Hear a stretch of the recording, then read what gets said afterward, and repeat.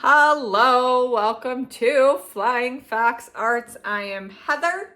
This is my doggo. Which one is that? Cooper Schnavel. And you'll see Bella Smooch, Taco Bella around here as well. No, they're not related. They're just mutts, and one's a pity mutt, one's a beagle mutt. There's Bella Smooch, and you'll see them from time to time in our videos. So today we are talking about how to draw out a barn quilt and what do you need to draw out a barn quilt.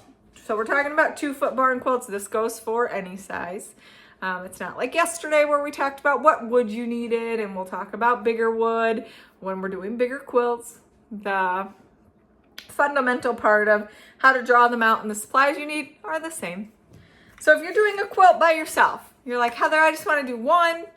I don't care about doing production. I don't care about taking a class. All you need yourself is a ruler. And a ruler and a pencil. That is it. This will take a little bit of time because you have to draw out everything and measure everything. But that will suffice. Most people have that stuff in their home. So it's pretty easy. Household objects.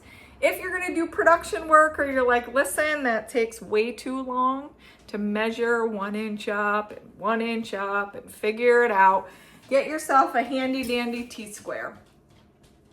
This is mine. My husband steals it all the time, but this is mine. And you'll see on here sometimes when we do a lot of quilts, sometimes I'll pre-mark them. I don't know if you can see that. Not necessarily on this part. You'll see where I'll pre-mark them because I don't want to think. I don't want to do the work that day. And pre-marking them, you can get production pretty quickly. So a T-square. Something else you could have, but you don't need, is yourself a yardstick. Fox Chase Farms, Towanda, Pennsylvania. The Fox part of Flying Fox comes from Fox Chase. Get yourself a yardstick. I have a couple of these around the house. That one's clearly. All right, guys. I hope this is, let's see if I can get you a little closer to this. There we go. Okay, guys. So what we're doing is, this is the pattern for the barn quilt. And as you can see, this starts that wreath that we're looking for. But what we're focused on today is the measurements that we need to do. And I'm going to show you how to do this, but I wanted to talk about it before we did it. This is a 24-inch barn quilt, a 2-foot barn quilt. So 24 inches.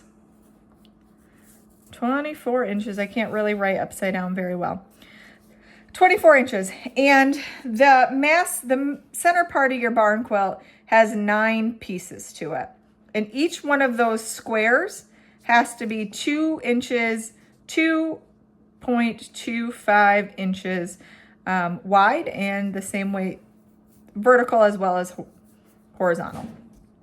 So to do that, that kind of gives you that wonky numbers on the end. So this is your border, and each border is going to be 1.875. The best way that I do this is dead center. And again, I'll show you this in person, but dead center here.